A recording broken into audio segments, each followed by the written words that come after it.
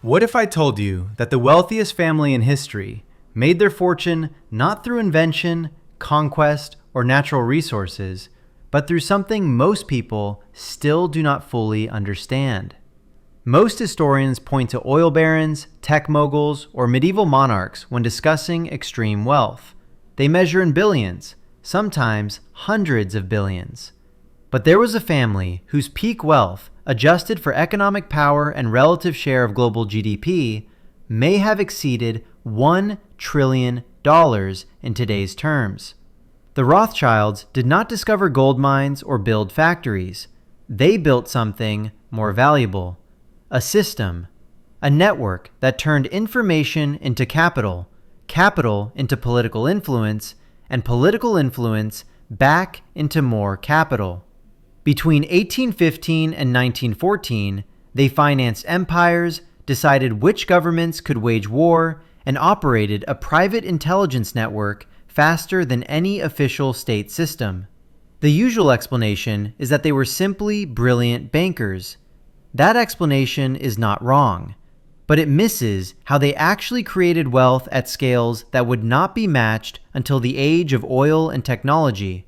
Let me show you how 5 brothers built an empire that operated across 5 countries simultaneously, how they turned the chaos of the Napoleonic Wars into the foundation of modern international finance, and how the mechanisms they pioneered still shape global banking today. Frankfurt, 1744.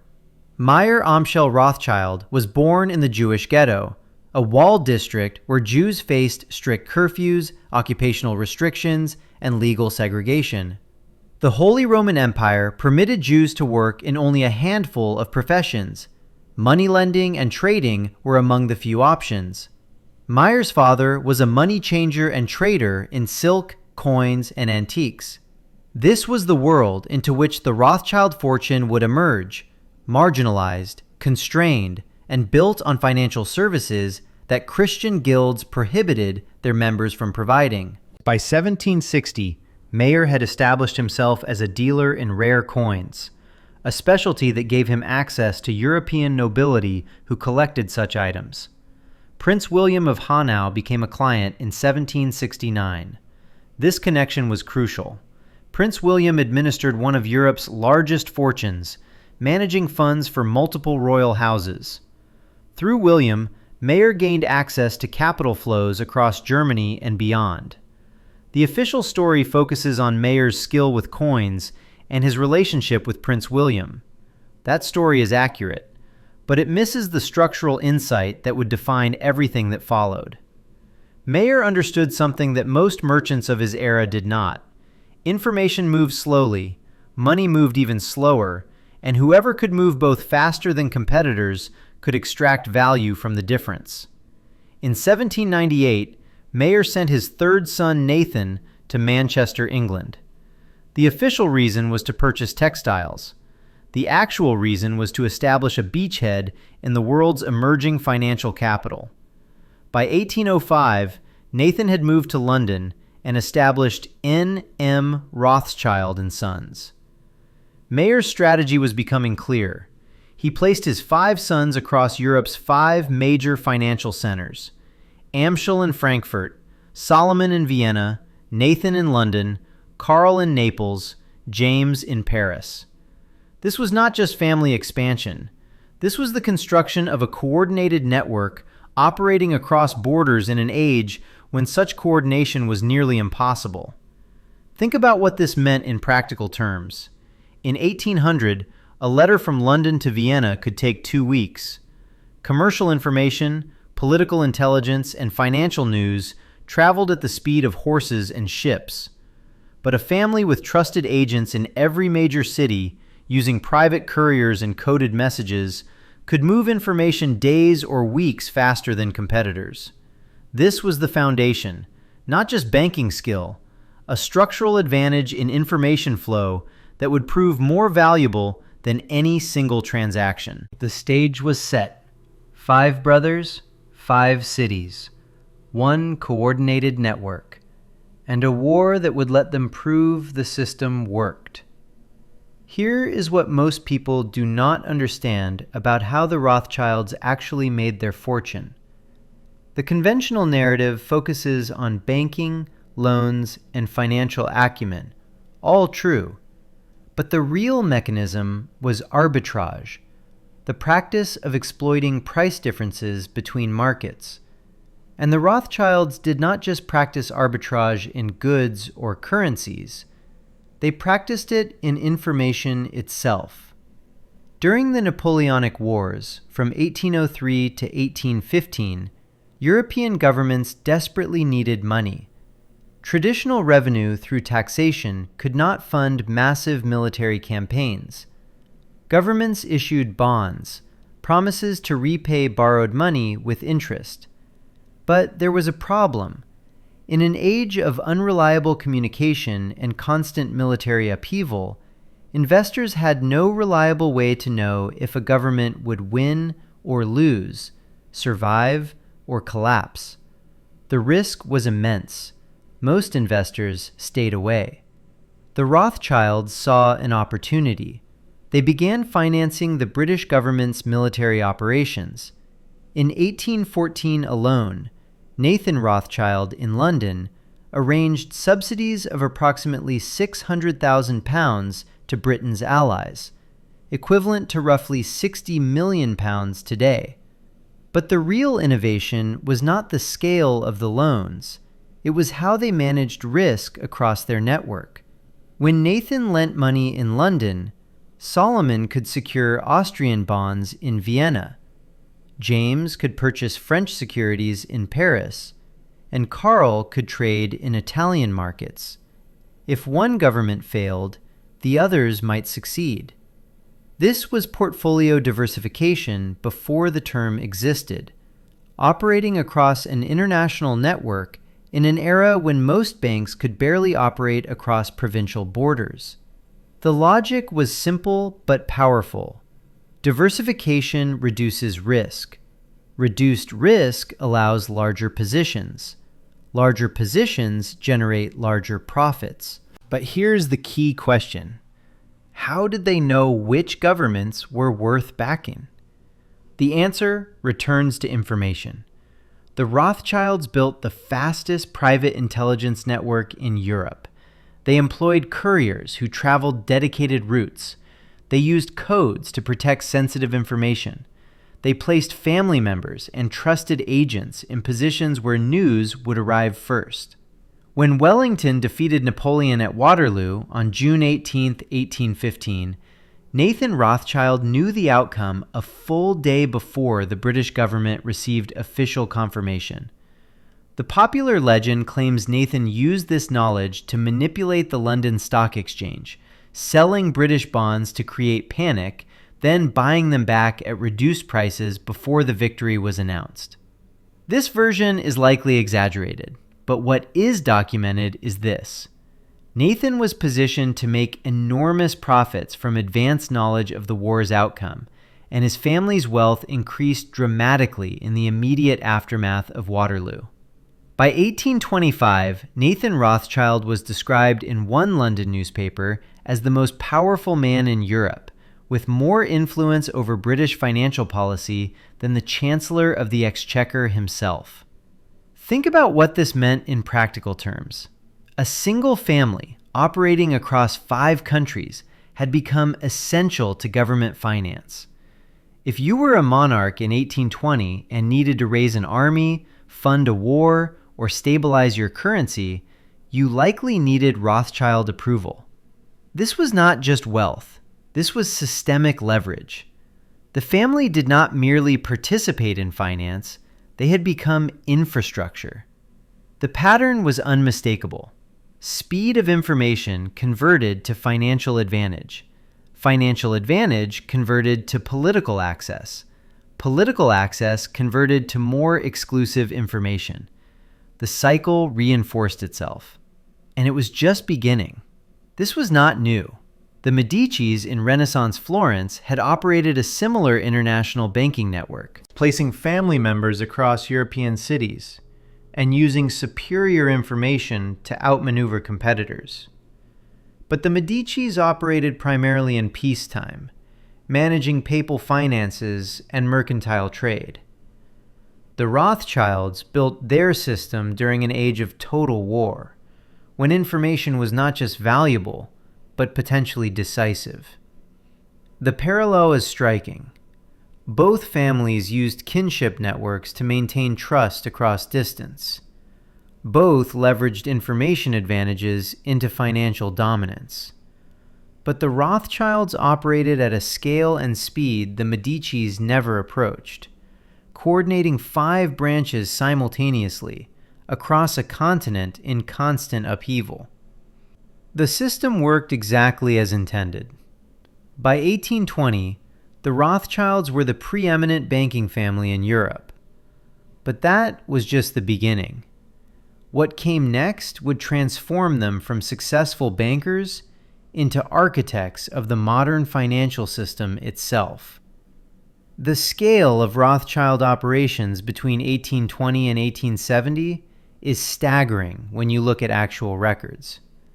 In 1818, the 5 brothers jointly arranged a loan of £5 million to the Prussian government, equivalent to roughly £500 million in today's money. In 1822, they financed loans for Austria, Russia, Prussia, and Naples simultaneously. In 1824 and 1825, they managed loans totaling over £30 million to governments across Europe and Latin America. By the 1830s, they had become the unofficial central bankers of Europe, managing government debt issuance for most major powers. But here is where the pattern reveals something deeper than mere scale. The Rothschilds did not just lend money. They structured the terms that governments could barely refuse. When a government needed emergency funding, Rothschild negotiators would often demand collateral, mining rights, tax revenues from specific industries, or control over customs duties. This was not conventional banking. This was converting temporary financial leverage into permanent economic infrastructure. In 1835, Nathan Rothschild arranged a loan for the Bank of England itself, backstopping Britain's entire financial system during a credit crisis. Think about that positioning. The family had become essential not just to individual governments, but to the stability of the global financial system. If you were a British official in 1835, you were operating in an economy where private bankers had more liquid capital than your central bank. And those bankers were a single family, coordinating across borders you could not effectively monitor. The family expanded beyond government bonds into infrastructure. In the 1830s and 1840s, they financed railway construction across Europe. Railways were the internet of the 19th century, transforming economic possibilities by collapsing transportation costs and time. The Rothschilds financed the Austrian Northern Railway, the Paris Saint-Germain Railway, and multiple lines in Italy and Spain. By 1840, they controlled or had financed over 30% of Europe's railway bonds. This created a secondary advantage. Railways required ongoing maintenance, expansion, and operation. The family that financed construction often maintained financial ties to the companies operating the lines, generating revenue streams that lasted decades. But here is what really reveals the sophistication of their operations. The Rothschilds did not just finance railways as isolated projects. They coordinated construction so that lines connected markets where their other interests operated. A railway from Vienna to Trieste facilitated trade in goods the family had financial stakes in. A line from Paris to the Channel improved connections to London, where Nathan's operation was headquartered. This was vertical integration before the term existed, using infrastructure finance to reshape commercial geography in ways that benefited their broader portfolio. The family also pioneered what we now call sovereign debt restructuring. When governments defaulted on loans, which happened frequently, Most creditors simply lost their money. The Rothschilds developed strategies to convert defaulted debt into new arrangements. They would negotiate with governments to exchange old bonds for new ones with modified terms, often securing better collateral or higher interest rates in the process. This turned defaults from disasters into opportunities. In 1830, after Belgium broke away from the Netherlands, the new Belgian government needed international recognition and capital. The Rothschilds arranged loans conditional on Belgium remaining neutral in future European conflicts. This was not just finance. This was shaping the foreign policy of an emerging nation through capital allocation. Belgium's legally mandated neutrality would last until World War I. Named individuals were central to this expansion. Alphonse de Rothschild, who took over the Paris branch after James died in 1868, became a dominant figure in French finance. He sat on the board of the Banque de France and advised the French government on everything from war financing to currency policy. Lionel de Rothschild, Nathan's son, became the first Jewish member of the British Parliament in 1858, though he had to fight for over a decade for the right to take the oath on a Jewish Bible rather than a Christian one. This was political integration at the highest level, converting financial power into legislative influence. Lionel's role went beyond symbolism. He advised multiple British prime ministers on financial matters and helped arrange British government purchases of the Suez Canal shares from Egypt in 1875, a transaction that secured British control over the critical trade route and shaped Middle Eastern geopolitics for a century. The logic chain was clear. Financial indispensability led to political access. Political access led to intelligence about coming policy changes. Intelligence about policy changes led to positioning for profit. Profit reinforced financial indispensability. Each step made the next unavoidable. And then it got worse. Worse, that is, for anyone competing against them. In the 1850s and 1860s, the Rothschilds expanded into mining and natural resources. They financed diamond mines in South Africa, copper mines in Spain, and oil extraction in Baku, Russia.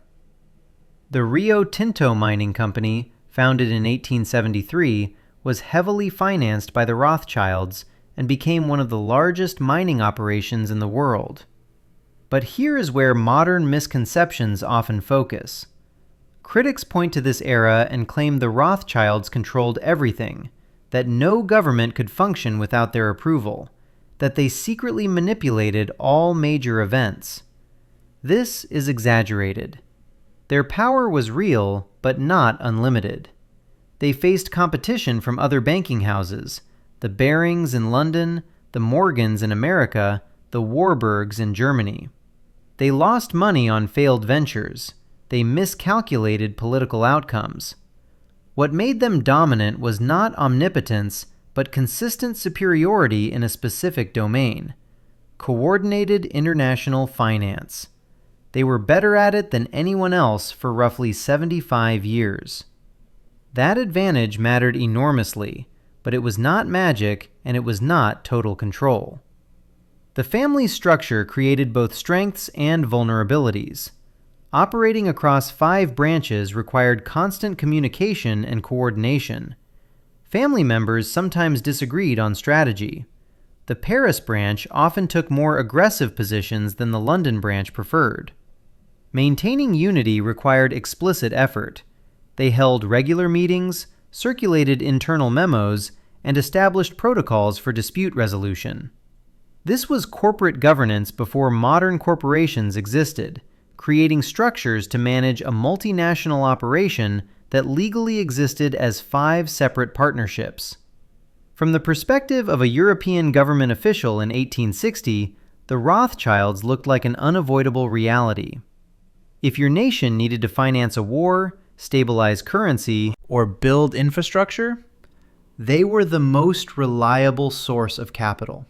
From the perspective of a competing bank, they were a coordinated cartel, operating with advantages no single institution could match. From the perspective of ordinary citizens, they were distant, mysterious, and associated with immense power they could not quite understand. The pattern is unmistakable. The Rothschilds built a machine that converted capital into political leverage into information advantage into more capital, and more capital into infrastructure control that generated revenue for generations. The system worked exactly as designed. By 1870, the family's combined wealth likely exceeded that of any other private entity on Earth. Estimates suggest their fortune was equivalent to roughly half of Britain's GDP at the time, or approximately $400 to $500 billion in today's purchasing power. Everything was in place. A financial empire spanning continents, political connections at the highest levels of every major European government, control over critical infrastructure, a proven system for turning advantage into more advantage. All that was needed was for the world to remain relatively stable, for governments to continue relying on private financiers, for the five-branch structure to maintain coordination. What came next would test whether the system could survive when those conditions changed. The moment everything began to shift came not with a collapse, but with competition. In the 1870s and 1880s, new banking houses emerged with different structures and strategies. In the United States, J.P. Morgan was building a financial empire that would rival the Rothschilds. Unlike the family-based Rothschild model, Morgan's operation was increasingly corporate, able to raise larger pools of capital by selling shares to outside investors. This was the beginning of modern investment banking, and it created scale the partnership model struggled to match. The Rothschilds faced a structural dilemma. Their strength was coordination across the five branches, but each branch was legally a separate partnership, owned entirely by family members. This created limited capital. They could only deploy money the family itself controlled. Morgan, by contrast, could access capital markets, raising hundreds of millions from investors. In 1895, Morgan arranged a loan of $62 million to the U.S. government to support the gold standard. This was American capital power asserting itself on the global stage, and it signaled a shift in where financial dominance was moving. In 1886, gold was discovered in South Africa's Witwatersrand region. The scale of the deposits would transform global gold supply. The Rothschilds attempted to establish control over South African mining through their existing Rio Tinto connections and relationships with mining magnates like Cecil Rhodes.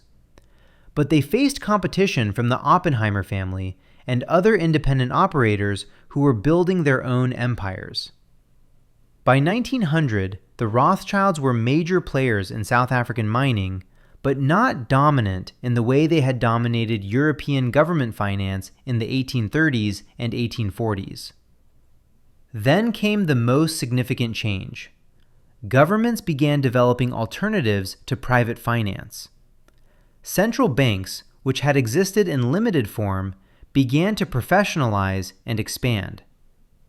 The Bank of England, Banque de France, and Reichsbank increasingly handled functions that private banks like the Rothschilds had previously dominated.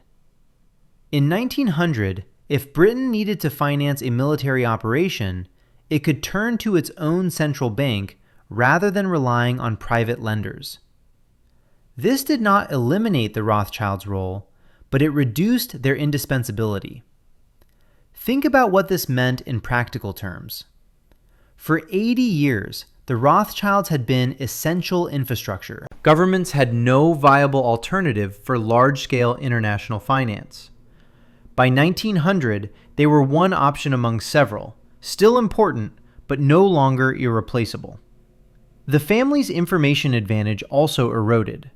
Telegraph systems, which expanded rapidly after 1850, allowed commercial and political information to move at near instantaneous speeds. The private courier network that had given the Rothschilds days or weeks of advantage in 1815 now provided minutes or hours at best. When information moves at the same speed for everyone, advanced knowledge becomes harder to monetize. The family adapted. They shifted resources toward industries where they maintained advantages: mining, railways, and emerging sectors like oil.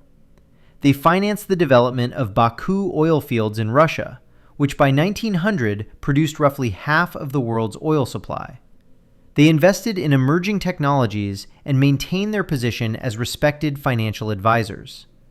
But they were no longer the automatic first choice for the largest and most consequential deals. World War I represented a breaking point. The war destroyed the assumption that had underpinned the five-branch model, that borders would remain stable and communication across national lines would remain possible. When Britain and France went to war against Germany and Austria in 1914, the Rothschild branches found themselves on opposite sides of a total conflict. The Frankfurt and Vienna branches were in enemy territory from the perspective of London and Paris. The coordinated international network that had been their greatest strength became a liability. Family members tried to maintain neutrality, but governments increasingly demanded loyalty. Capital controls, restrictions on moving money across borders, and outright confiscation of assets made coordinated operations nearly impossible. After the war, the world had changed. The Austrian branch was decimated by hyperinflation. The Weimar Republic's astronomical inflation destroyed the value of German assets the family held. From 1923 to 1924, German currency went from 4.2 marks per dollar to over 4 trillion marks per dollar. Think about that scale. Any bonds, loans, or fixed value assets denominated in marks became worthless. The Frankfurt branch, while not eliminated, never recovered its pre-war position. In Russia, the Bolshevik Revolution of 1917 resulted in the confiscation of all Rothschild assets. The oil fields, the railways, the mining operations, everything was nationalized without compensation. Estimates suggest the family lost assets worth roughly 80 to 100 million pounds, equivalent to approximately 5 billion pounds today. The political calculation had shifted. Governments no longer viewed private financiers as essential partners. They viewed them as potential obstacles to state power. The Great Depression accelerated this trend. Between 1929 and 1933, global financial systems collapsed. Banks failed by the thousands. Governments responded by asserting control over monetary policy, currency, and credit in ways that further reduced the role of private financial houses.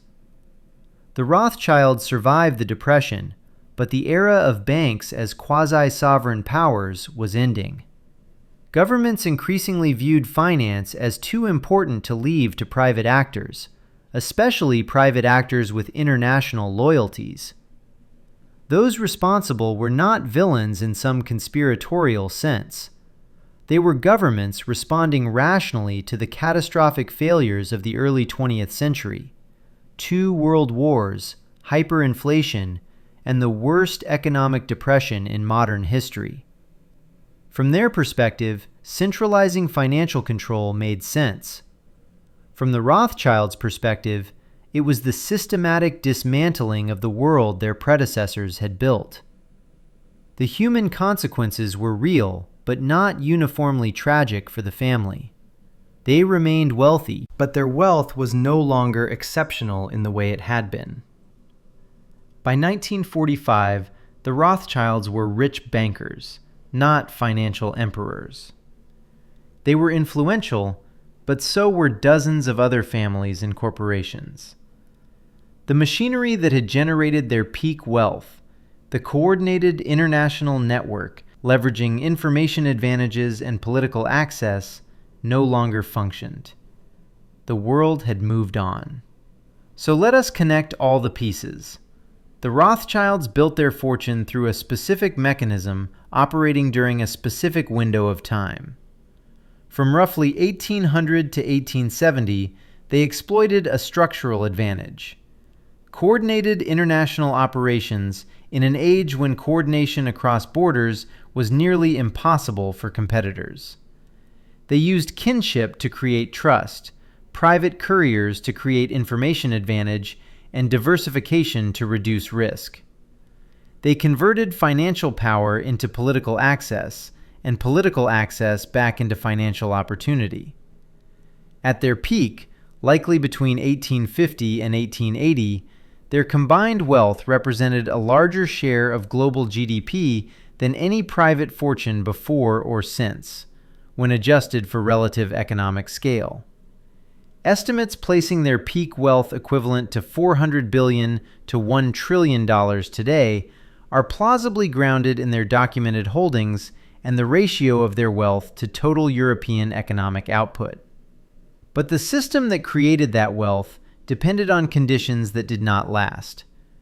It required governments to rely on private finance because central banks were underdeveloped.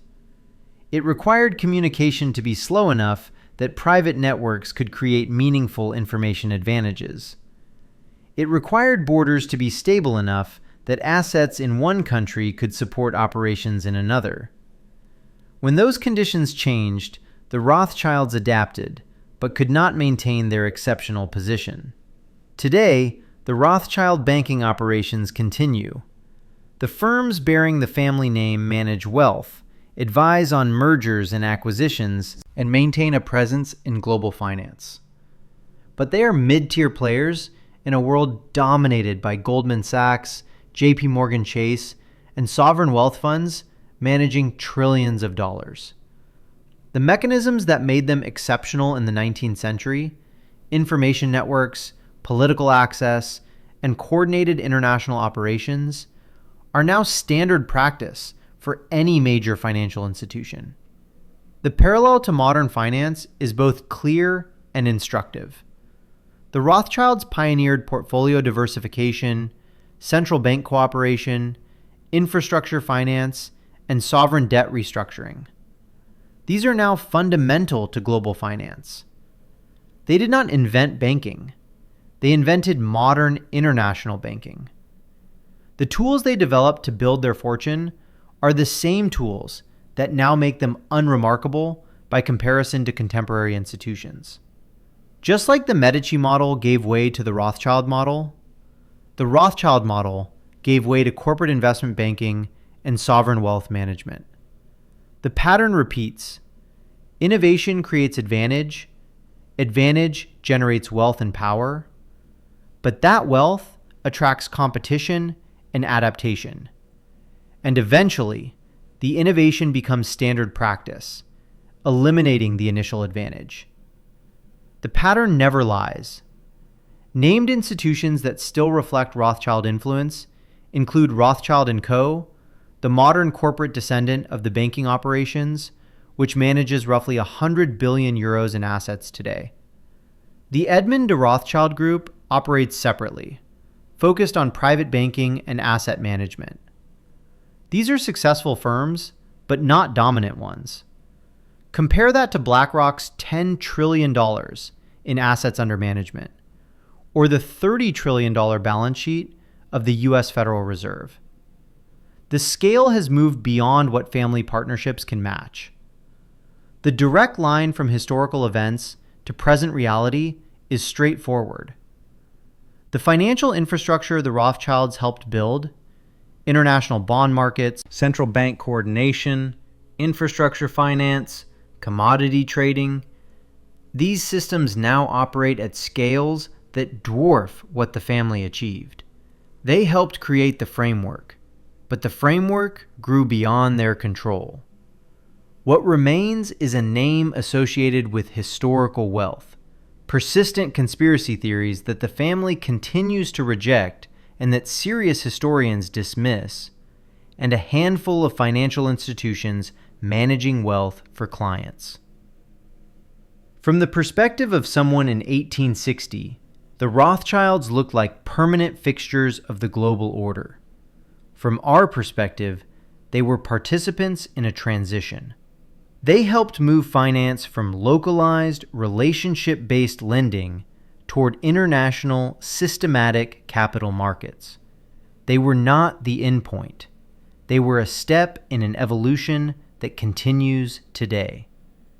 History does not repeat, but it rhymes, and this rhyme echoes in contemporary discussions about whether technology billionaires wield too much power, whether private equity firms should control critical infrastructure, whether any private entity should be indispensable to government function. The Rothschilds were the first family to face those questions at a global scale. They were not the last. We are not living in a world shaped by secret cabals controlling events from the shadows. We are living in a world shaped by systems of finance, information, and political access that the Rothschilds helped pioneer, that outgrew their control, and that now operate at scales they could not have imagined. The richest family in history built their fortune not through conspiracy, but through superior execution of financial innovation during a unique historical window. That window closed, the innovations remained, and the world they helped create made their exceptional wealth merely historical.